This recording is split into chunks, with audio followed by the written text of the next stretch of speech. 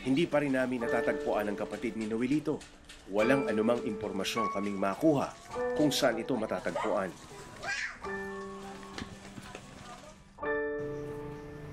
Inilapit namin ang grupo sa LGBT Christian Church sa Quezon City. Mahigit 30 na ang inaampong mga bakla ng samahan ni Reverend CJ Agbayani. Karaniway mga kabataan na lumaya sa bahay ang kanilang kinukupkup at tinutulungang tumayo sa sariling paa. Kaya itong lugar namin, temporary shelter for them. We encourage them to do something pa rin naman para sa kanila. Matagal na raw gustong makita at makausap ni Reverend CJ ang grupo ng Home for the Golden Gays. Itinuturing niyang hulog ng langit ang pagkikita nilang lahat ngayon. Gusto niya raw kasi sanang tulungan ang mga ito. Isang tao, mas madaling mangarap eh. Madaling makapagtrabaho kapag may bahay.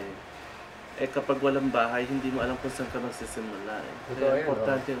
Tapos sa Golden Gays sa amin, may mga ilang sponsors na rin na lumapit sa amin na nagkaroon ng outreach. Dumating sa punto na ina-offeran nga kami ng parang livelihood.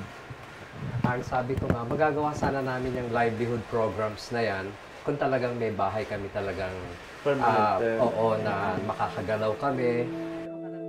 Sa kasalukuyan, 2 na lamang ang natira sa mga tumira dito sa LGBT Christian Church. Nagkaroon na raw kasi ng trabaho ang iba. Sa pag-uusap ng grupo, iisa lang ang lumitaw na dahilan ng kanilang naging kapalaran. Unang-una na sa bahay namin, bata pa ako, iba na ang treatment sa akin ng mga magulang ko. Lalo na nung nalaman ng nanay ko na talagang bading nga ako. Kaya ako pinaalis sa bahay. Unang-una siguro dapat turuan ng mga magulang ko paano mahalin ang Diyos at sundin nila ang mga utos ng Diyos. At isa doon, ang mahalin mo ang kapwa mo. Kung ilalagay mo naman sa loob ng tahanan, mahalin mo ang mga anak mo kahit ano pa yan. Sana matanggal yung discrimination sa bahay. Kasi kahit anong batas ang gawin natin, kung hindi naman maaalis yung discrimination sa loob ng bahay, eh walang mangyayari. And I hope the society, yung Philippine society will accept us the way we are.